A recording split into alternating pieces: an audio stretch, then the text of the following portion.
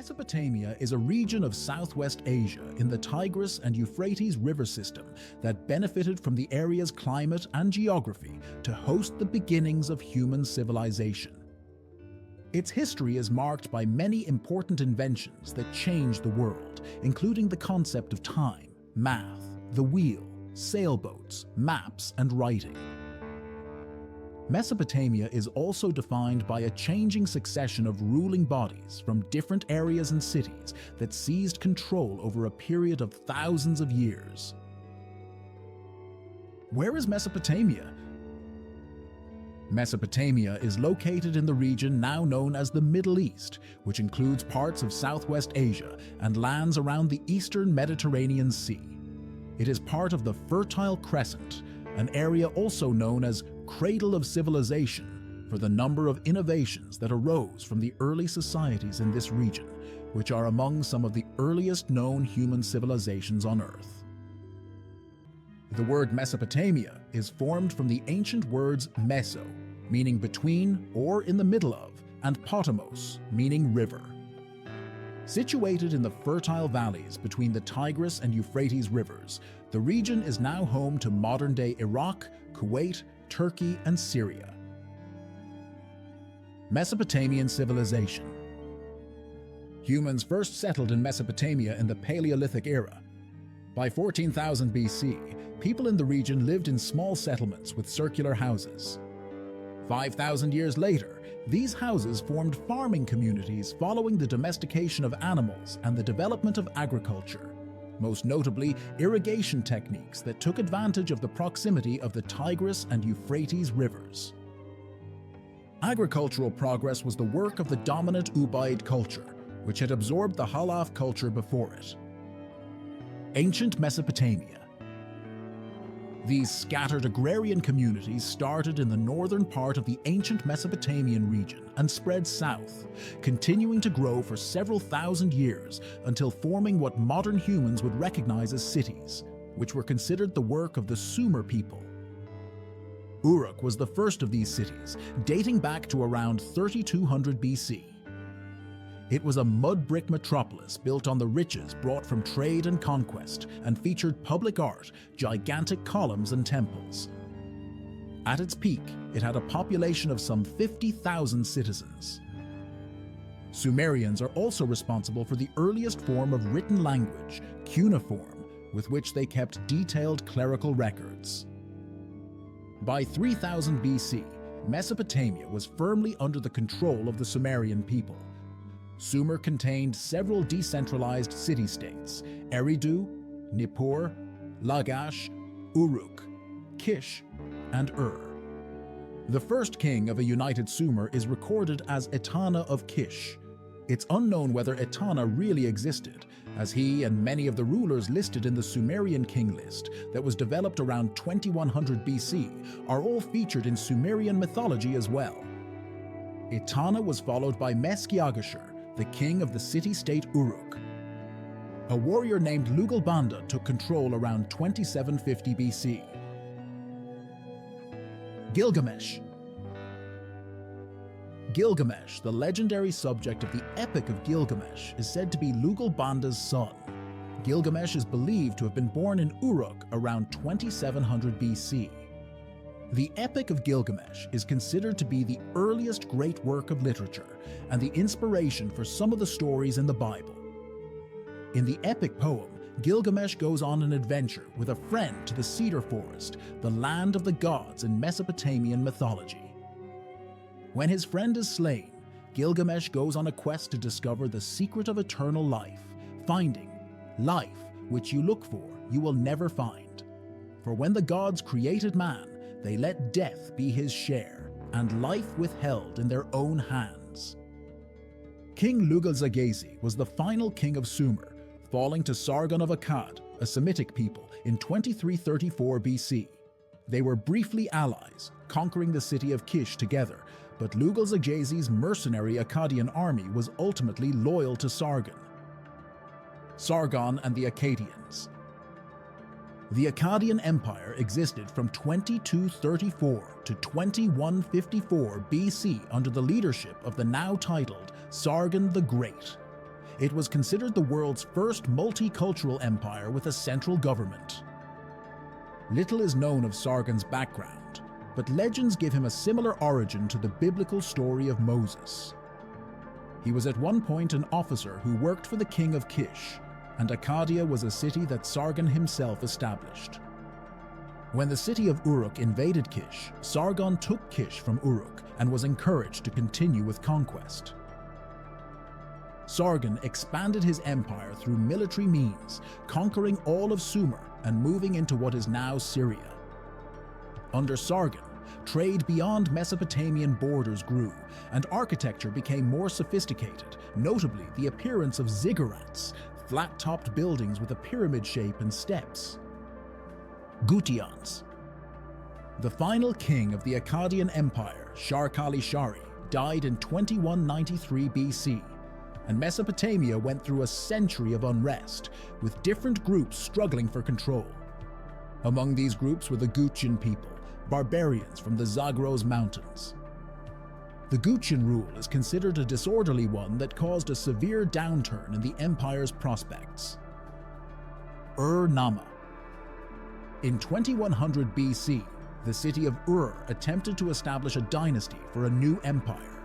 The ruler of Ur-Nama, the king of the city of Ur, brought Sumerians back into control after Utu-Hengal, the leader of the city of Uruk, defeated the Gutians. Under Ur-Nama, the first code of law in recorded history, the Code of Ur-Nammu, appeared. Ur-Nama was attacked by both the Elamites and the Amorites and defeated in 2004 BC. The Babylonians. Choosing Babylon as the capital, the Amorites took control and established Babylonia. Kings were considered deities, and the most famous of these was Hammurabi, who ruled 1792 to 1750 BC. Hammurabi worked to expand the empire, and the Babylonians were almost continually at war. Hammurabi's most famous contribution is his list of laws, better known as the Code of Hammurabi, devised around 1772 BC. Hammurabi's innovation was not just writing down the laws for everyone to see, but making sure that everyone throughout the empire followed the same legal codes, and that governors in different areas did not enact their own. The list of laws also featured recommended punishments to ensure that every citizen had the right to the same justice. In 1750 BC, the Elamites conquered the city of Ur. Together with the control of the Amorites, this conquest marked the end of Sumerian culture. The Hittites. The Hittites, who were centered around Anatolia and Syria, conquered the Babylonians around 1595 BC. Smelting was a significant contribution of the Hittites, allowing for more sophisticated weaponry that led them to expand the empire even further. Their attempts to keep the technology to themselves eventually failed, and other empires became a match for them. The Hittites pulled out shortly after sacking Babylon, and the Kassites took control of the city. Hailing from the mountains east of Mesopotamia, their period of rule saw immigrants from India and Europe arriving, and travel sped up thanks to the use of horses with chariots and carts. The Kassites abandoned their own culture after a couple of generations of dominance, allowing themselves to be absorbed into Babylonian civilization. The Assyrians. The Assyrian Empire, under the leadership of Ashur-uballit I, rose around 1365 BC in the areas between the lands controlled by the Hittites and the Kassites. Around 1220 BC, King Tukulti-Ninurta I aspired to rule all of Mesopotamia and seized Babylon. The Assyrian Empire continued to expand over the next 2 centuries, moving into modern-day Palestine and Syria. Under the rule of Ashurnasirpal II in 884 BC, the empire created a new capital, Nimrud, built from the spoils of conquest and brutality that made Ashurnasirpal II a hated figure. His son Shalmaneser spent the majority of his reign fighting off an alliance between Syria, Babylon, and Egypt, and conquering Israel. One of his sons rebelled against him, and Shalmaneser sent another son, Shamshi-Adad, to fight for him. 3 years later, Shamshi-Adad ruled. Sargon II. A new dynasty began in 722 BC when Sargon II seized power. Modeling himself on Sargon the Great, he divided the empire into provinces and kept the peace. His undoing came when the Chaldeans attempted to invade, and Sargon II sought an alliance with them. The Chaldeans made a separate alliance with the Elamites, and together they took Babylonia. Sargon II lost to the Chaldeans, but switched to attacking Syria and parts of Egypt and Gaza, embarking on a spree of conquest before eventually dying in battle against the Cimmerians from Russia. Sargon II's grandson Esarhaddon ruled from 681 to 669 BC and went on a destructive campaign of conquest through Ethiopia, Palestine, and Egypt, destroying cities he rampaged through after looting them. Esarhaddon struggled to rule his expanded empire. A paranoid leader, he suspected many in his court of conspiring against him and had them killed. His son Ashurbanipal is considered to be the final great ruler of the Assyrian Empire. Ruling from 669 to 627 BC, he faced a rebellion in Egypt, losing the territory, and from his brother, the king of Babylonia, whom he defeated. Ashurbanipal is best remembered for creating Mesopotamia's first library in what is now Nineveh, Iraq. It is the world's oldest known library, predating the Library of Alexandria by several hundred years. Nebuchadnezzar. In 626 BC, the throne was seized by Babylonian public official Nabopolassar, ushering in the rule of the Semitic dynasty from Chaldea. In 616 BC, Nabopolassar attempted to take Assyria but failed. His son Nebuchadnezzar reigned over the Babylonian Empire, following an invasion effort in 614 BC by King Cyaxares of Media that pushed the Assyrians further away. Nebuchadnezzar is known for his ornate architecture, especially the Hanging Gardens of Babylon, the Walls of Babylon, and the Ishtar Gate. Under his rule, women and men had equal rights. Nebuchadnezzar is also responsible for the conquest of Jerusalem, which he destroyed in 586 BC, taking its inhabitants into captivity. He appears in the Old Testament because of this action. The Persian Empire. Persian Emperor Cyrus II seized power during the reign of Nabonidus in 539 BC. Nabonidus was such an unpopular king that Mesopotamians did not rise to defend him during the invasion. Babylonian culture is considered to have ended under Persian rule, following a slow decline of use in cuneiform and other cultural hallmarks. By the time Alexander the Great conquered the Persian Empire in 331 BC, most of the great cities of Mesopotamia no longer existed, and the culture had been long overtaken. Eventually, the region was taken by the Romans in 116 AD, and finally Arabic Muslims in 651 AD. Mesopotamian gods. Mesopotamian religion was polytheistic, with followers worshipping several main gods and thousands of minor gods. The three main gods were Ea, the god of wisdom and magic, Anu, the sky god, and Enlil, the god of earth, storms and agriculture, and the controller of fates. Ea is the creator and protector of humanity in both the Epic of Gilgamesh and the story of the Great Flood. In the latter story, Ea made humans out of clay, but the god Enlil sought to destroy humanity by creating a flood. Ea had the humans build an ark, and mankind was spared. If this story sounds familiar, it should. Foundational Mesopotamian religious stories about the Garden of Eden, the Great Flood, and the creation of the Tower of Babel found their way into the Bible, and the Mesopotamian religion influenced both Christianity and Islam. Each Mesopotamian city had its own patron god or goddess, and most of what we know of them has been passed down through clay tablets describing Mesopotamian religious beliefs and practices. A painted terracotta plaque from 1775 BC gives an example of the sophistication of Babylonian art, portraying either the goddess Ishtar or her sister Ereshkigal, accompanied by night creatures. Mesopotamian art. While making art predates civilization in Mesopotamia, the innovations there include creating art on a larger scale, often in the context of their grandiose and complex architecture, and frequently employing metalwork. One of the earliest examples of metalwork in art comes from southern Mesopotamia, a silver statuette of a kneeling bull from 3000 BC. Before this, painted ceramics and limestone were the most common art forms. Another metal-based work, a goat standing on its hind legs and leaning on the branches of a tree, featuring gold and copper along with other materials, was found in the Great Death Pit at Ur and dates to 2500 BC. Mesopotamian art often depicted its rulers and the glories of their lives. Also created around 2500 BC in Ur is the intricate Standard of Ur, a shell and limestone structure that features an early example of complex pictorial narrative, depicting a history of war and peace.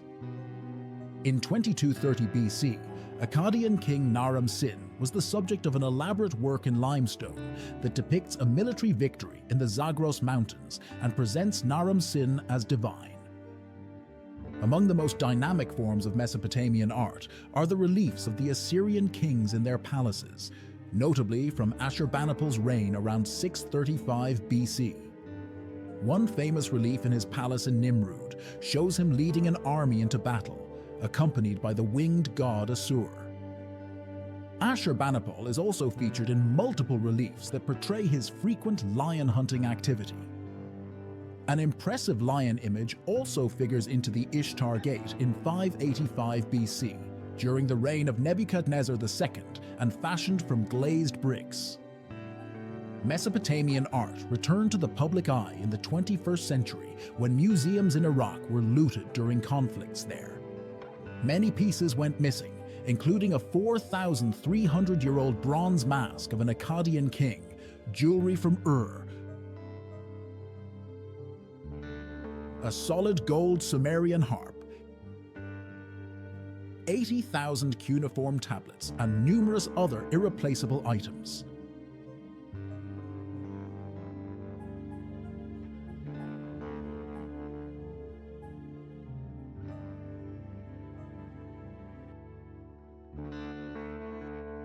Ancient Egypt was the preeminent civilization in the Mediterranean world for almost 30 centuries, from its unification around 3100 BC to its conquest by Alexander the Great in 332 BC. From the Great Pyramids of the Old Kingdom through the military conquests of the New Kingdom, Egypt's majesty has long entranced archaeologists and historians and created a vibrant field of study all its own, Egyptology. The main sources of information about ancient Egypt are the many monuments, objects and artifacts that have been recovered from archaeological sites, covered with hieroglyphs that have only recently been deciphered. The picture that emerges is of a culture with few equals in the beauty of its art, the accomplishment of its architecture, or the richness of its religious traditions. Pre-dynastic period, 5000 to 3100 BC. Few written records or artifacts have been found from the pre-dynastic period, which encompassed at least 2,000 years of gradual development of the Egyptian civilization. Neolithic communities in northeastern Africa exchanged hunting for agriculture and made early advances that paved the way for the later development of Egyptian arts and crafts, technology, politics, and religion. Around 3400 BC, two separate kingdoms were established near the Fertile Crescent, an area home to some of the world's oldest civilizations. The Red Land to the north, based in the Nile River Delta and extending along the Nile perhaps to Atfi, and the White Land in the south, stretching from Atfi to Gebel es-Silsila. A southern king, Scorpion, made the first attempts to conquer the northern kingdom around 3200 BC. A century later, King Menes would subdue the north and unify the country, becoming the first king of the first dynasty. Archaic period, early dynastic, 3100 to 2686 BC. King Menes founded the capital of ancient Egypt at White Walls, later known as Memphis, in the north near the apex of the Nile River Delta. The capital would grow into a great metropolis that dominated Egyptian society during the Old Kingdom period. The Archaic period saw the development of the foundations of Egyptian society, including the all-important ideology of kingship. To the ancient Egyptians, the king was a godlike being, closely identified with the all-powerful god Horus. The earliest known hieroglyphic writing also dates to this period. In the Archaic period, as in all other periods, most ancient Egyptians were farmers living in small villages, and agriculture, largely wheat and barley, formed the economic base of the Egyptian state. The annual flooding of the Great Nile River provided the necessary irrigation and fertilization each year. Farmers sowed the wheat after the flooding receded and harvested it before the season of high temperatures and drought returned. Old Kingdom, Age of the Pyramid Builders, 2686 to 2181 BC. The Old Kingdom began with the Third Dynasty of Pharaohs. Around 2630 BC, the Third Dynasty's King Djoser asked Imhotep, an architect, priest, and healer, to design a funerary monument for him. The result was the world's first major stone building, the Step Pyramid at Saqqara near Memphis. Egyptian pyramid building reached its zenith with the construction of the Great Pyramid at Giza on the outskirts of Cairo. Built for Khufu, who ruled from 2589 to 2566 BC. The pyramid was later named by classical historians as one of the 7 wonders of the ancient world. The ancient Greek historian Herodotus estimated that it took 100,000 men 20 years to build it. 2 other pyramids were built at Giza for Khufu's successors Khafra and Menkaura. During the 3rd and 4th dynasties, Egypt enjoyed a golden age of peace and prosperity. The pharaohs held absolute power and provided a stable central government. The kingdom faced no serious threats from abroad, and successful military campaigns in foreign countries like Nubia and Libya added to its considerable economic prosperity. Over the course of the 5th and 6th dynasties, the king's wealth was steadily depleted, partially due to the huge expense of pyramid building, and his absolute power faltered in the face of the growing influence of the nobility and the priesthood that grew up around the sun god Ra. After the death of the 6th dynasty's King Pipi II, who ruled for some 94 years, the Old Kingdom period ended in chaos. First Intermediate Period, 2181 to 2055 BC. On the heels of the Old Kingdom's collapse, the 7th and 8th dynasties consisted of a rapid succession of Memphis-based rulers until about 2160 BC, when the central authority completely dissolved, leading to civil war between provincial governors. This chaotic situation was intensified by Bedouin invasions and accompanied by famine and disease. From this era of conflict emerged 2 different kingdoms. A line of 17 rulers based in Heracleopolis ruled Middle Egypt between Memphis and Thebes, while another family of rulers arose in Thebes to challenge Heracleopolitan power. Around 2055 BC, the Theban prince Mentuhotep managed to topple Heracleopolis and reunited Egypt, beginning the 11th dynasty and ending the First Intermediate Period. Middle Kingdom, 12th dynasty, 2055 to 1786 BC. After the last ruler of the 11th dynasty, Mentuhotep IV, was assassinated, the throne passed to his vizier, or chief minister, who became King Amenemhet I, founder of Dynasty 12. A new capital was established at It-Tawi, south of Memphis, while Thebes remained a great religious center. During the Middle Kingdom, Egypt once again flourished as it had during the Old Kingdom. The 12th dynasty kings ensured the smooth succession of their line by making each successor co-regent, a custom that began with Amenemhet I. Middle Kingdom Egypt pursued an aggressive foreign policy, colonizing Nubia with its rich supply of gold, ebony, ivory, and other resources, and repelling the Bedouins who had infiltrated Egypt during the First Intermediate Period. The kingdom also built diplomatic and trade relations with Syria, Palestine, and other countries, undertook building projects including military fortresses and mining quarries, and returned to pyramid building in the tradition of the Old Kingdom. The Middle Kingdom reached its peak under Amenemhet III. Its decline began under Amenemhet IV and continued under his sister and regent, Queen Sobekneferu, who was the first confirmed female ruler of Egypt and the last ruler of the 12th dynasty. Second Intermediate Period, 1786 to 1567 BC. The 13th dynasty marked the beginning of another unsettled period in Egyptian history, during which a rapid succession of kings failed to consolidate power. As a consequence, during the Second Intermediate Period, Egypt was divided into several spheres of influence. The official royal court and seat of government was relocated to Thebes, while a rival dynasty, centered on the city of Xor in the Nile Delta, seems to have existed at the same time as the 13th. Around 1650 BC, a line of foreign rulers known as the Hyksos took advantage of Egypt's instability to take control. The Hyksos rulers of the 15th dynasty adopted and continued many of the existing Egyptian traditions in government, as well as culture. They ruled concurrently with the line of native Theban rulers of the 17th dynasty, who retained control over most of southern Egypt despite having to pay taxes to the Hyksos. Conflict eventually flared between the two groups, and the Thebans launched a war against the Hyksos around 1570 BC, driving them out of Egypt. New Kingdom, 1567 to 1085 BC.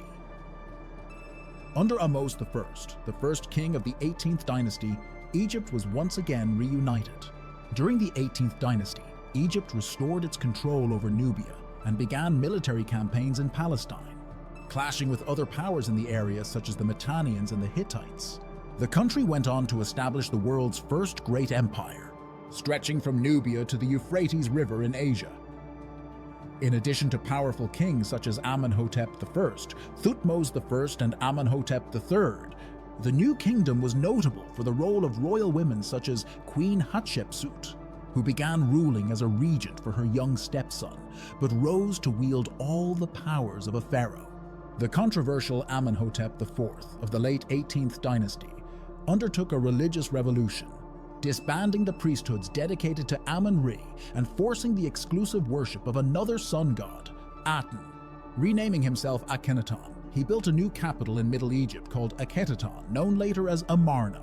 Upon Akhenaton's death, the capital returned to Thebes and Egyptians returned to worshipping a multitude of gods. The 19th and 20th dynasties, known as the Ramesside period, saw the restoration of the weakened Egyptian empire and an impressive amount of building, including great temples and cities. According to biblical chronology, the exodus of Moses and the Israelites from Egypt possibly occurred during the reign of Ramses II. All of the New Kingdom rulers, with the exception of Akhenaton, were laid to rest in deep, rock-cut tombs in the Valley of the Kings, a burial site on the west bank of the Nile opposite Thebes. Most of them were raided and destroyed, with the exception of the tomb and treasure of Tutankhamun, discovered largely intact in AD 1922. The splendid mortuary temple of the last great king of the 20th dynasty, Ramses III, was also relatively well preserved and indicated the prosperity Egypt still enjoyed during his reign. The kings who followed Ramses III were less successful. Egypt lost its provinces in Palestine and Syria for good, and suffered from foreign invasions, while its wealth was being steadily but inevitably depleted. Third Intermediate Period, 1085 to 664 BC. The next 400 years, known as the Third Intermediate Period, saw important changes in Egyptian politics, society, and culture. Centralized government under the 21st dynasty pharaohs gave way to the resurgence of local officials, while foreigners from Libya and Nubia grabbed power for themselves and left a lasting imprint on Egypt's population. The 22nd dynasty began around 945 BC with King Shishak, a descendant of Libyans who had invaded Egypt during the late 20th dynasty and settled there. Many local rulers were virtually autonomous during this period, and dynasties 23 and 24 are poorly documented. In the 8th century BC, Nubian pharaohs, beginning with Shabako, ruler of the Nubian kingdom of Kush, established their own dynasty, the 25th at Thebes. Under Kushite rule, Egypt clashed with the growing Assyrian Empire. In 671 BC, the Assyrian ruler Esarhaddon drove the Kushite king Taharka out of Memphis and destroyed the city. He then appointed his own rulers out of local governors and officials loyal to the Assyrians. One of them, Necho of Sais, ruled briefly as the first king of the 26th dynasty before being killed by the Kushite leader Tanwatamun in a final unsuccessful grab for power. From the late period to Alexander's conquest, 664 to 332 BC, beginning with Necho's son, Psammetichus, the Sate dynasty ruled a reunified Egypt for less than 2 centuries. In 525 BC, Cambyses, king of Persia, defeated Psammetichus III, the last Sate king, at the Battle of Pelusium, and Egypt became part of the Persian Empire. Persian rulers such as Darius ruled the country largely under the same terms as native Egyptian kings. Darius supported Egypt's religious cults and undertook the building and restoration of its temples. The tyrannical rule of Xerxes, 486 to 465 BC, sparked increased uprisings under him and his successors. One of these rebellions triumphed in 404 BC, beginning one last period of Egyptian independence under native rulers, dynasties 28 and 30. In the mid-4th century BC, the Persians again attacked Egypt, reviving their empire under Artaxerxes III in 343 BC. Barely a decade later, in 332 BC, Alexander the Great of Macedonia defeated the armies of the Persian Empire and conquered Egypt. After Alexander's death, Egypt was ruled by a line of Macedonian kings, beginning with Alexander's general Ptolemy and continuing with his descendants.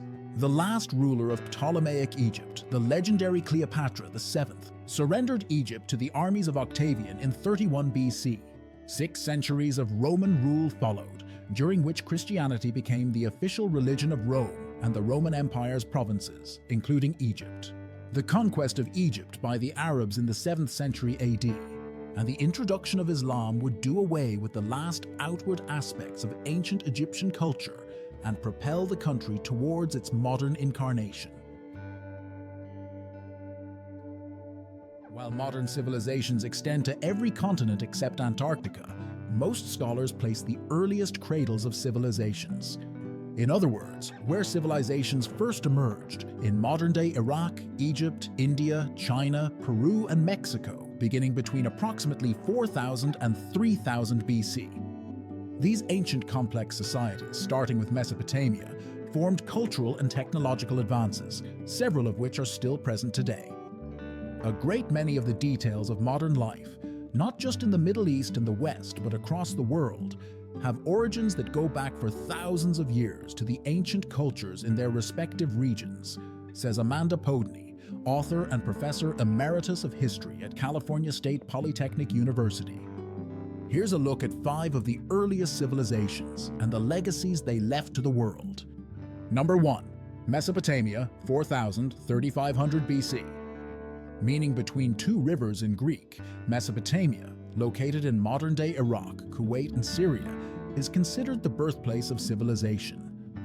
The culture that grew up between the Tigris and Euphrates rivers is noted for important advancements in literacy, astronomy, agriculture, law, mathematics, architecture, and more, despite near-constant warfare. Mesopotamia was also home to the world's first urban cities, including Babylon, Ashur, and Akkad. Mesopotamia is the earliest urban literate civilization on the globe, and the Sumerians who established the civilization established the ground rules, says Kenneth Harle, author, consultant, and professor emeritus of history at Tulane University. Those who know how to research and write run the civilization, and everyone else does the grunt work. The cuneiform writing system used to establish the Code of Hammurabi is among the most famous Mesopotamian advancements. They also created the base 60 numeric system, which led to the 60-second minute, 60-minute hour, and 360-degree circle. And it was Babylonian astronomy that first divided the year into 12 periods named after constellations, what the Greeks would later evolve into the zodiac. Persia eventually conquered Mesopotamia in 539 BC. Within the 3 millennia in which ancient Mesopotamia flourished, innumerable individual kingdoms came and went, and a few empires rose and fell for various reasons, says Podney, author of the forthcoming book, Weavers, Scribes, and Kings. But at its core, the civilization was recognizably the same from around 3500 BCE to as late as 323 BCE, and many would argue beyond that. The region was rarely unified, but the civilization was very stable. Number 2. Ancient Egypt, 3100 BC. Perhaps the most romanticized of past civilizations, ancient Egypt stood as one of history's most powerful empires for more than 3,000 years. Set along the fertile Nile River and at one time extending from today's Syria to Sudan, the civilization is most known for its pyramids, tombs and mausoleums, and the practice of mummification to prepare corpses for the afterlife. Harl, author of the forthcoming book, Empires of the Steppes, says Egypt's use of labor to undertake architectural projects, such as the pyramids, was unrivaled. The ability to amass 100,000 men to assemble the Great Pyramid in 2600 BC is just not matched anywhere, he says. The ancient Egyptians also left a legacy of monumental writing and mathematics systems. The cubit, a measure of length roughly the span of a forearm, was key to designing the pyramids and other structures. They developed the 24-hour day and 365-day calendar during this time. And they established the hieroglyphic pictorial writing system, followed by the hieroglyphic system that used ink on papyrus paper. The civilization came to an end in 332 BC when it was conquered by Alexander the Great. Number 3. Ancient India, 3300 BC. In ancient India, where Hinduism was founded, religion held great importance, Harl says, along with great literary traditions and incredible architecture. The Upanishads, or sacred Hindu texts, include the ideas of reincarnation and the caste system based on birthright, both of which have endured into modern times. Unlike other ancient civilizations, the Indus River Valley civilization, built in the Indus River Valley, modern-day India, Afghanistan, and Pakistan, does not appear to have been war-torn. Historians and archaeologists instead point to sophisticated, organized city planning, complete with uniform baked brick homes, a grid structure and drainage, sewage and water supply systems. The collapse of the Indus Valley around 1700 BC is often credited to migration prompted by climate change or possible tectonic movement that caused the Saraswati River to dry out. Number 4. Ancient China, 2000 BC. Protected by the Himalayan mountains, Pacific Ocean, and Gobi Desert, and situated between the Yellow and Yangtze rivers, the earliest Chinese civilizations flourished in isolation from invaders and other foreigners for centuries. To stop Mongols from the north, they built barriers seen by some as early precursors to the Great Wall of China, built later in 220 BC. Generally divided into 4 dynasties, Jia, Shang, Zhou, and Qin, ancient China was ruled by a succession of emperors. The civilization is credited with developing the decimal system, abacus and sundial, as well as the printing press, which allowed for the publication and distribution of Sun Tzu's The Art of War, still relevant more than 2,500 years later. Like the Egyptians, the ancient Chinese were able to mobilize populations to build massive infrastructure projects. The construction of the 5th century era Grand Canal, which links the Yellow and Yangtze rivers, for example, allowed vast numbers of military forces and goods to move across the country. China is perhaps the most successful centralized state in human history, Harl says, and at several points in human history is without a doubt the greatest civilization that stayed on the globe. Number 5. Ancient Mesoamerica, 1200 BC. Parts of today's Mexico and Central America were once home to a number of indigenous cultures, beginning with the Olmec around 1200 BC, followed by the Zapotec, Maya, Toltec, and ultimately the Aztecs. Fertile farmland led to agricultural advances, with corn, beans, vanilla, avocado, peppers, squashes, and cotton becoming important crops. Pyramid-style temples, intricate pottery, stone monuments, turquoise jewelry, and other fine arts have been uncovered. Scholars believe the Zapotec developed Mesoamerica's first written calendar and writing system, while the Mayans are noted for their advancements in mathematics, hieroglyphics, architecture, and astronomy. The nomadic Aztecs founded Tenochtitlan, today's Mexico City, in 1325 on small islands in Lake Texcoco, and the city became a booming market for trade. The Aztecs used a 365 solar calendar along with a 260-day ritual calendar, practiced human sacrifice and bloodletting, used a form of picture writing, and created works of art with terracotta, feathers, mosaics, and stone. The Hernán Cortés-led 1519 Spanish invasion, aided by Mesoamerican foes of the Aztecs, brought the Aztec civilization to an end by 1521. When Cortés showed up, the Aztecs were having great difficulty maintaining control over their subject tribes, Harl says. They were greatly hated, and Cortés gave enough advantage to all those disadvantaged subjects to topple the Aztec Empire. The Mayan Empire, centered in the tropical lowlands of what is now Guatemala, reached the peak of its power and influence around the 6th century AD. The Maya excelled at agriculture, pottery, writing, calendars, and mathematics, and left behind an astonishing amount of impressive architecture and symbolic artwork. Most of the great stone cities of the Maya were abandoned by AD 900, however, and since the 19th century, scholars have debated what might have caused this dramatic decline. Where did the Maya live? The Maya civilization was one of the most dominant indigenous societies of Mesoamerica, a term used to describe Mexico and Central America before the 16th century Spanish conquest. Unlike other scattered indigenous populations of Mesoamerica, the Maya were centered in one geographical block, covering all of the Yucatan Peninsula and modern-day Guatemala. Belize and parts of the Mexican states of Tabasco and Chiapas, and the western part of Honduras and El Salvador. This concentration showed that the Maya remained relatively secure from invasion by other Mesoamerican people. Within that expanse, the Maya lived in 3 separate sub-areas with distinct environmental and cultural differences. The northern Maya lowlands on the Yucatan Peninsula, the southern lowlands in the Paitan district of northern Guatemala and adjacent portions of Mexico, Belize, and western Honduras, and the southern Maya highlands in the mountainous region of southern Guatemala. Most famously, the Maya of the southern lowland region reached their peak during the classic period of Maya civilization, AD 250 to 900, and built the great stone cities and monuments that have fascinated explorers and scholars of the region to this day. Early Maya, 1800 BC to AD 250. The earliest Maya settlements date to around 1800 BC, or the beginning of what is called the pre-classic or formative period. The earliest Maya were agricultural, growing crops such as corn, maize, beans, squash, and cassava, manioc. During the Middle Pre-Classic period, which lasted until about 300 BC, Maya farmers began to expand their presence both in the highland and lowland regions. The Middle Preclassic period also saw the rise of the first major Mesoamerican civilization, the Olmecs.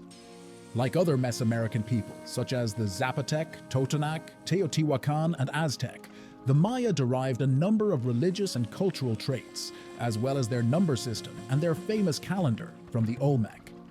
In addition to agriculture, the pre-classic Maya also displayed more advanced cultural traits like pyramid building, city construction, and the inscribing of stone monuments. The late pre-classic city of Mirador in the northern Petén was one of the greatest cities ever built in the pre-Columbian Americas. Its size dwarfed the classic Maya capital of Tikal, and its existence proves that the Maya flourished centuries before the classic period. Mayan pyramids of the classic Maya, AD 250 to 900. The classic period, which began around AD 250, was the golden age of the Maya Empire. Classic Maya civilization grew to some 40 cities, including Tikal, Huacachtún, Copan, Bonampak, Dos Pilas, Calakmul, Palenque, and Rio Bec. Each city held a population of between 5,000 and 50,000 people. At its peak, the Maya population may have reached 2 million or as many as 10 million. Excavations of Maya sites have unearthed plazas, palaces, temples, and pyramids, as well as courts for playing the famous Maya ball game Ulama, all ritually and politically significant to Maya culture. Maya cities were surrounded and supported by a large population of farmers. Though the Maya practiced a primitive type of slash-and-burn agriculture, they also displayed evidence of more advanced farming methods, such as irrigation and terracing. The Maya were deeply religious and worshipped various gods related to nature, including the gods of the sun, the moon, rain, and corn. At the top of Maya society were the kings, or Kuhul Ajah, holy lords, who claimed to be related to gods and followed a hereditary succession. They were thought to serve as mediators between the gods and people on Earth and performed the elaborate religious ceremonies and rituals so important to the Maya culture. The Mayan calendar and culture. The classic Maya built many of their temples and palaces in a stepped pyramid shape, decorating them with elaborate reliefs and inscriptions. These structures have earned the Maya their reputation as the great artists of Mesoamerica.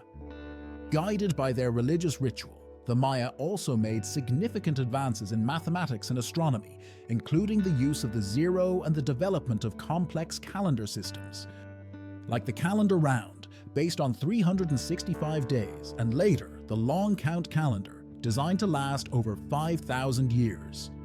Serious exploration of classic Maya sites began in the 1830s. By the early to mid-28th century, a small portion of their system of hieroglyph writing had been deciphered, and more about their history and culture became known. Most of what historians know about the Maya comes from what remains of their architecture and art, including stone carvings and inscriptions on their buildings and monuments. The Maya also made paper from tree bark and wrote in books made from this paper, known as codices. 4 of these codices are known to have survived. They are also credited with some of the earliest uses of chocolate and of rubber. Maya life in the rainforest. One of the many intriguing things about the Maya was their ability to build a great civilization in a tropical rainforest climate. Traditionally, ancient people had flourished in drier climates, where the centralized management of water resources through irrigation and other techniques formed the basis of society. This was the case for the Teotihuacan of highland Mexico, contemporaries of the classic Maya. In the southern Maya lowlands, however, there were few navigable rivers for trade and transport, as well as no obvious need for an irrigation system. By the late 20th century, researchers had concluded that the climate of the lowlands was in fact quite environmentally diverse. Though foreign invaders were disappointed by the region's relative lack of silver and gold, the Maya took advantage of the area's many natural resources, including limestone for construction, the volcanic rock obsidian for tools and weapons, and salt. The environment also held other treasures for the Maya, including jade, quetzal feathers, used to decorate the elaborate costumes of Maya nobility, and marine shells, which were used as trumpets in ceremonies and warfare. What happened to the Maya? From the late 8th through the end of the 9th century, something unknown happened to shake the Maya civilization to its foundations. One by one, the classic cities in the southern lowlands were abandoned, and by AD 900, Mayan civilization in that region had collapsed. The reason for this mysterious decline is unknown, though scholars have developed several competing theories. Some believe that by the 9th century, the Maya had exhausted the environment around them to the point that it could no longer sustain a very large population. Other Maya scholars argue that constant warfare among competing city-states led the complicated military, family by marriage, and trade alliances between them to break down, along with the traditional system of dynastic power. As the stature of the holy lords diminished, their complex traditions of rituals and ceremonies dissolved into chaos. Finally, some catastrophic environmental change, like an extremely long, intense period of drought, may have wiped out the classic Maya civilization. Drought would have hit cities like Tikal especially hard because rainwater there was necessary for drinking as well as for crop irrigation.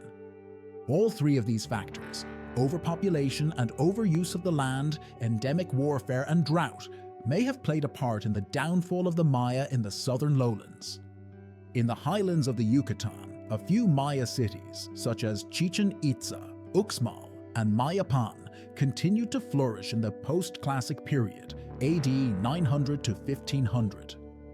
By the time the Spanish invaders arrived, however, most Maya were living in agricultural villages, their great cities hidden under a layer of verdant rainforest. Do the Maya still exist? Descendants of the Maya still live in Central America, in modern-day Belize, Guatemala, Honduras, El Salvador, and parts of Mexico. The majority of modern-day Maya live in Guatemala, which is home to Tikal National Park, the site of the ruins of the ancient city of Tikal. Roughly 40% of Guatemalans are of Mayan descent. The Inca Empire was a kingdom that developed in the Andes region of South America and gradually grew larger through the military strength and diplomacy of their emperors. Known as Tawantinsuyu, the Inca state spanned the distance of some 2,500 miles from northern Ecuador to central Chile, and at its peak consisted of 12 million inhabitants from more than 100 different ethnic groups. Well-devised agricultural and roadway systems, along with a centralized religion and language, helped maintain a cohesive state. Despite their power, the Inca were quickly overwhelmed by the diseases and superior weaponry of Spanish invaders, and the last bastion of their immense empire was overtaken in 1572. The Inca Empire begins. The Inca first appeared in modern-day Peru sometime during the 12th century, arising from earlier pre-Inca groups in the region. These earlier groups have been credited with creating the ancient Nazca lines, immense drawings etched into the landscape. According to some versions of their origin myths, they were created by the sun god Inti, who sent his son Manco Capac to Earth through the middle of 3 caves in the village of Pacari Tampu. After killing his brothers, Manco Capac led his sisters and their followers through the wilderness before settling in the fertile valley near Cusco. The Inca began expanding their landholdings by the reign of their 4th emperor Maita Capac. However, they did not truly become an expansive power until the 8th emperor Viracocha Inca took control in the early 15th century. Bolstered by the military capabilities of 2 uncles, Viracocha Inca defeated the Ayarmaca kingdom to the south and took over the Urubamba Valley. He also established the Inca practice of leaving military garrisons to maintain peace in conquered lands. Pachacuti. When the rival Chancas attacked circa 1438, Viracocha Inca retreated to a military outpost while his son, Cusi Inca Yupanqui, successfully defended Cusco. Cusi Inca Yupanqui, who soon took the title Pachacuti, became one of the Inca's most influential rulers. His military campaigns extended the kingdom to the southern end of the Lake Titicaca Basin and hundreds of miles north to subject the Cajamarca and Chimu kingdoms. The expanding reach of the Inca state, now called Tawantinsuyu, or Land of the Four Quarters, prompted strategic logistical considerations. Pachacuti is believed to have been the first Inca emperor to order forced resettlement to squash the possibility of an uprising from one ethnic group. In addition, Pachacuti established the practice in which rulers were prevented from inheriting the possessions of their predecessors, thereby ensuring that successive leaders would conquer new lands and accumulate new wealth. Inca government. Pachacuti also focused his efforts on strengthening Cusco, the government center of the vast empire. He expanded Sacsayhuaman, the massive fortress that guarded the city, and embarked on an expansive irrigation project by channeling rivers and creating intricate agricultural terraces. Although Tawantinsuyu was comprised of more than 100 distinct ethnic groups among its 12 million inhabitants, a well-developed societal structure kept the empire running smoothly. Most Inca subjects were self-sufficient farmers who tended to corn, potatoes, squash, llamas, alpacas, and dogs, and paid taxes through public labor. There was no written language, but a form of the Quechua language became the primary dialect, and knotted cords known as quipu were used to keep track of historical and accounting records. Inca achievements. The Inca are today celebrated for many artistic and cultural achievement, including their monumental architecture, of which the magnificent fortress complex Machu Picchu is but one example. The Inca also developed sophisticated calendars, elaborate textiles, functional and decorative ceramics, surgical techniques, productive terrace agriculture, and the use of coca leaves as medicine and in religious ceremonies. They also practiced mummification of their dead. An elaborate system of roadways adding up to approximately 15,000 miles crisscrossed the kingdom, with relay runners capable of advancing messages at the impressive rate of 150 miles per day. Unfortunately, many of the gold and silver creations of the Inca were melted down by Spanish conquistadors and sent back to Europe. Inca religion. The Inca religion centered on a pantheon of gods that included Inti, a creator god named Viracocha, and Apu Ilapu, the rain god. Impressive shrines were built throughout the kingdom, including a massive sun temple in Cusco that measured more than 1,200 feet in circumference. Powerful priests depended on divination to diagnose illness, solve crimes, and predict the outcomes of warfare, in many cases requiring animal sacrifice. The mummified remains of previous emperors were also treated as sacred figures and paraded around at ceremonies with their stores of gold and silver.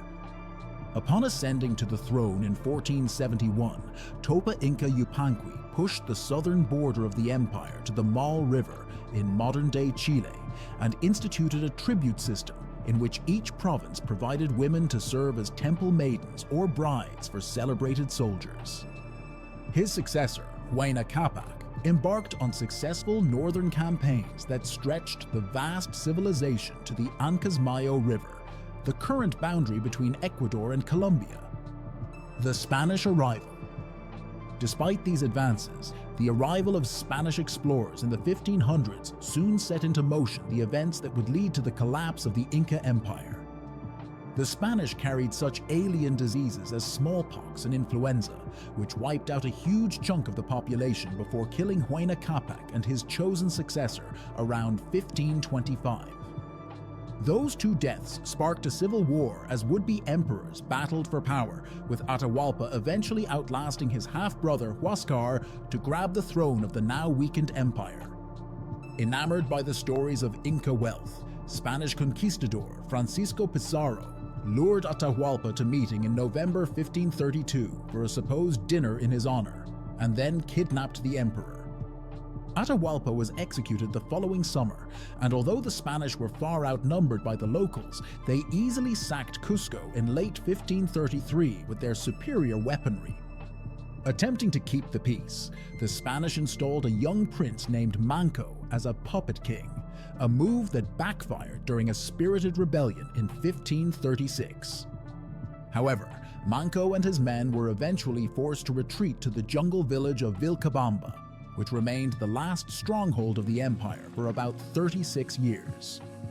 Eventually, however, the Spaniards took control of Vilcabamba in 1572, when the last remaining Inca ruler, Manco's son Tupac Amaru, was captured and executed, bringing the Inca Empire to an end. As the only written accounts of the Inca were composed by outsiders, its mythology and culture passed to successive generations by trained storytellers. Traces of its existence were mainly found in the ruins of cities and temples, but in 1911, archaeologist Hiram Bingham discovered the intact 15th century mountaintop citadel of Machu Picchu, its magnificent stone structures reflecting the power and capabilities of this proud and powerful pre-Columbian civilization. The Aztecs, who probably originated as a nomadic tribe in northern Mexico, arrived in Mesoamerica around the beginning of the 13th century. From their magnificent capital city, Tenochtitlan, the Aztecs emerged as the dominant force in central Mexico, developing an intricate social, political, religious, and commercial organization that brought many of the region's city-states under their control by the 15th century. Invaders led by the Spanish conquistador Hernán Cortés overthrew the Aztec Empire by force and captured Tenochtitlan in 1521, bringing an end to Mesoamerica's last great native civilization. Early Aztec history.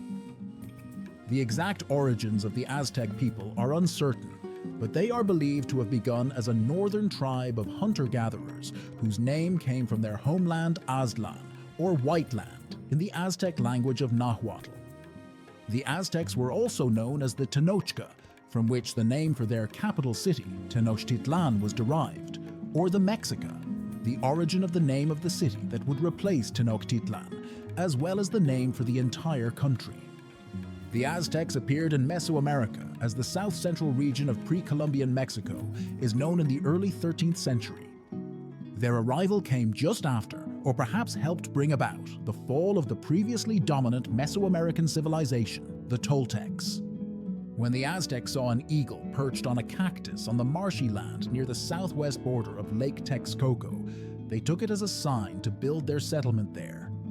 They drained the swampy land, constructed artificial islands on which they could plant gardens, and established the foundations of their capital city, Tenochtitlan, in 1325 AD. Typical Aztec crops included maize, corn, along with beans, squashes, potatoes, tomatoes, and avocados. They also supported themselves through fishing and hunting local animals such as rabbits, armadillos, snakes, coyotes, and wild turkey. Their relatively sophisticated system of agriculture, including intensive cultivation of land and irrigation methods, and a powerful military tradition, would enable the Aztecs to build a successful state and later an empire. The Aztec Empire. In 1428, under their leader Itzcoatl, the Aztecs formed a three-way alliance with the Texcocans and the Tacubans to defeat their most powerful rivals for influence in the region, the Tepanec, and conquer their capital of Azcapotzalco. Itzcoatl's successor, Montezuma I, who took power in 1440, was a great warrior who was remembered as the father of the Aztec Empire. By the early 16th century, the Aztecs had come to rule over up to 500 small states, and some 5 to 6 million people, either by conquest or commerce. Tenochtitlan at its height had more than 140,000 inhabitants and was the most densely populated city ever to exist in Mesoamerica. Bustling markets such as Tenochtitlan's Tlatelolco, visited by some 50,000 people on major market days, drove the Aztec economy. The Aztec civilization was also highly developed socially, intellectually, and artistically.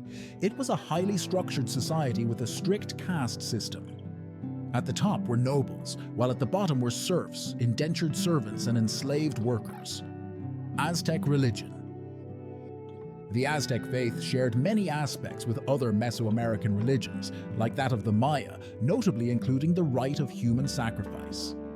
In the great cities of the Aztec Empire, magnificent temples, palaces, plazas, and statues embodied the civilization's unfailing devotion to the many Aztec gods, including Huitzilopochtli, god of war and of the sun, and Quetzalcoatl, feathered serpent, a Toltec god who served many important roles in the Aztec faith over the years. The Great Temple, or Templo Mayor, in the Aztec capital of Tenochtitlan was dedicated to Huitzilopochtli and Tlaloc, the rain god. The Aztec calendar, common in much of Mesoamerica, was based on a solar cycle of 365 days and a ritual cycle of 260 days. The calendar played a central role in the religion and rituals of Aztec society. European invasion and fall of the Aztec civilization. The first European to visit Mexican territory was Francisco Hernández de Córdoba, who arrived in Yucatan from Cuba with 3 ships and about 100 men in early 1517. Córdoba's reports on his return to Cuba prompted the Spanish governor there, Diego Velázquez, to send a larger force back to Mexico under the command of Hernán Cortés. In March 1519, Cortés landed at the town of Tabasco, where he learned from the natives of the great Aztec civilization, then ruled by Moctezuma, or Montezuma II. Defying the authority of Velázquez, Cortés founded the city of Veracruz on the southeastern Mexican coast, where he trained his army into a disciplined fighting force. Cortés and some 400 soldiers then marched into Mexico, aided by a native woman known as Malinche, who served as a translator. Thanks to instability within the Aztec Empire, Cortés was able to form alliances with other native peoples, notably the Tlaxcalans, who were then at war with Montezuma. In November 1519, Cortés and his men arrived in Tenochtitlan, where Montezuma and his people greeted them as honored guests according to Aztec custom, partially due to Cortés' physical resemblance to the light-skinned Quetzalcoatl, whose return was prophesied in Aztec legend. Though the Aztecs had superior numbers, their weapons were inferior, and Cortez was able to immediately take Montezuma and his entourage of lords hostage, gaining control of Tenochtitlan. The Spaniards then murdered thousands of Aztec nobles during a ritual dance ceremony, and Montezuma died under uncertain circumstances while in custody. European diseases like smallpox, mumps, and measles were also powerful weapons against the local population, who lacked immunity to them. A Franciscan monk traveling with Cortez observed the impact of smallpox on the Aztecs. They died in heaps. In many places, it happened that everyone in a house died, and as it was impossible to bury the great number of dead, they pulled down the houses over them so that their homes became their tombs. By 1520, smallpox had reduced the population of Tenochtitlan by 40% in just 1 year. Cuauhtémoc, Montezuma's young nephew, took over as emperor, and the Aztecs drove the Spaniards from the city. With the help of the Aztecs' native rivals, Cortez mounted an offensive against Tenochtitlan, finally defeating Cuauhtémoc's resistance on August 13, 1521. In all, some 240,000 people were believed to have died in the city's conquest, which effectively ended the Aztec civilization. After his victory, Cortez razed Tenochtitlan and built Mexico City on its ruins. It quickly became the premier European center in the New World.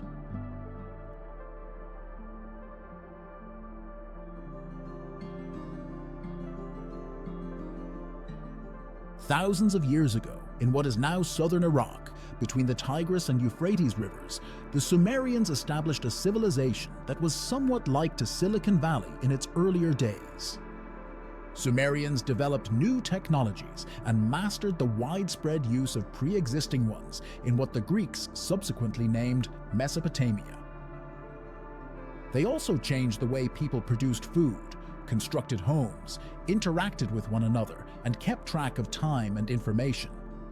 Perhaps the true genius of the Sumerians was their organizational skills. They were capable of taking inventions that were created elsewhere and putting them to much greater use. In this manner, they could manufacture textiles and ceramics in large quantities for trade with other people.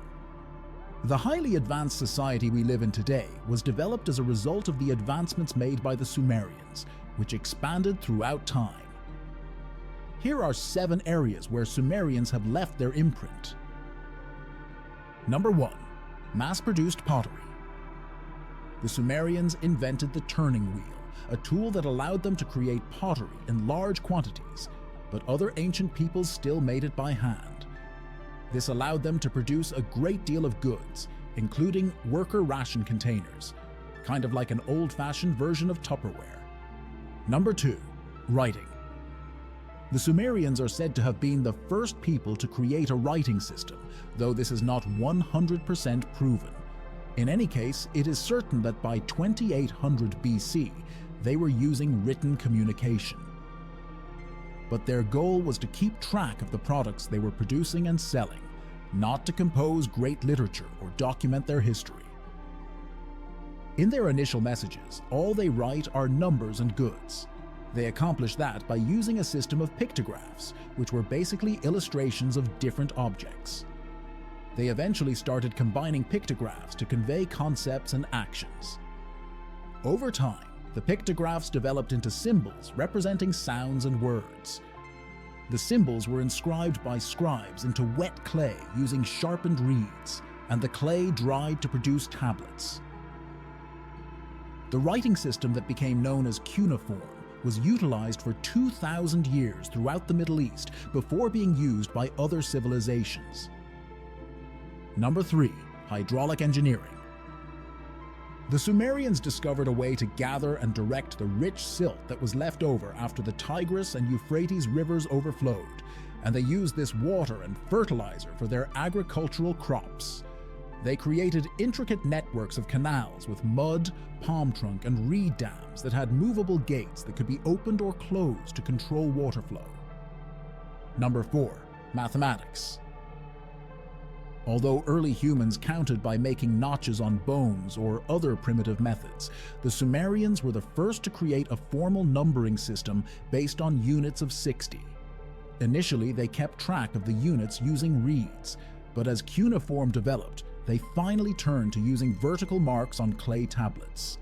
Their system contributed to laying the foundation for later cultures' mathematical computations. Number 5. Metallurgy. Some of the first people to employ copper to produce tools, such as chisels, razors, and spearheads, were the Sumerians. They also worked with copper to create striking panels that portrayed fanciful creatures like an eagle with a lion's head. The temperature in the reed-heated furnaces used by Sumerian metallurgists was managed by bellows that they could operate with their hands or feet. Number 6. The chariot. Although they did not create wheeled vehicles, the Sumerians are thought to have created the first two-wheeled chariot, where a driver guided a group of animals. There is proof that the Sumerians employed these kinds of carts for transportation back in the 3rd millennium BC, but it is more likely that they were utilized for military purposes or ceremonial purposes than as a way to move throughout the countryside, where the unpaved surface would have made wheeled mobility challenging. Number 7. Mass-produced bricks. The Sumerians invented clay brick molds in order to compensate for the lack of stones and wood needed to build homes and temples. They weren't the first to employ clay for construction, but their capacity to make bricks in big quantities and assemble them on a big scale is what makes their work innovative. Even if their structures weren't as strong as stone ones, they were still able to construct more of them and expand their towns.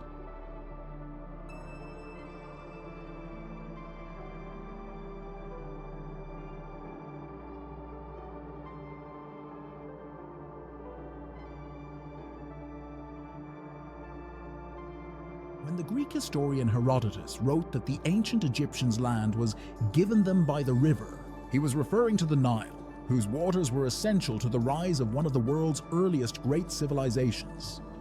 The Nile, which flows northward for 4,160 miles from east-central Africa to the Mediterranean, provided ancient Egypt with fertile soil and water for irrigation, as well as a means of transporting materials for building projects.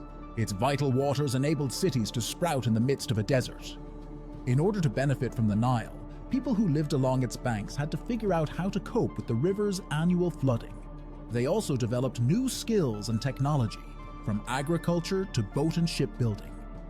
The Nile even played a role in the construction of the pyramids, the massive marvels that are among the most recognizable reminders of their civilization. Beyond practical matters, the vast river had a profound influence upon the ancient Egyptians' view of themselves and their world, and shaped their religion and culture. The Nile was a critical lifeline that literally brought life to the desert, as Lisa Saladino-Haney says. Without the Nile, there would be no Egypt, writes Egyptologist in his 2012 book, The Nile. The Nile was a source of rich farmland.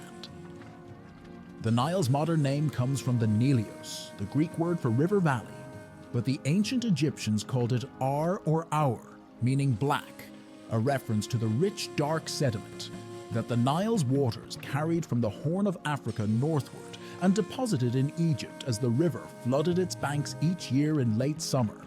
That surge of water and nutrients turned the Nile Valley into productive farmland and made it possible for Egyptian civilization to develop in the midst of a desert.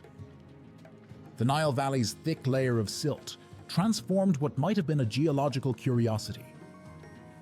Explains Barry J. Kemp in Ancient Egypt, Anatomy of a Civilization.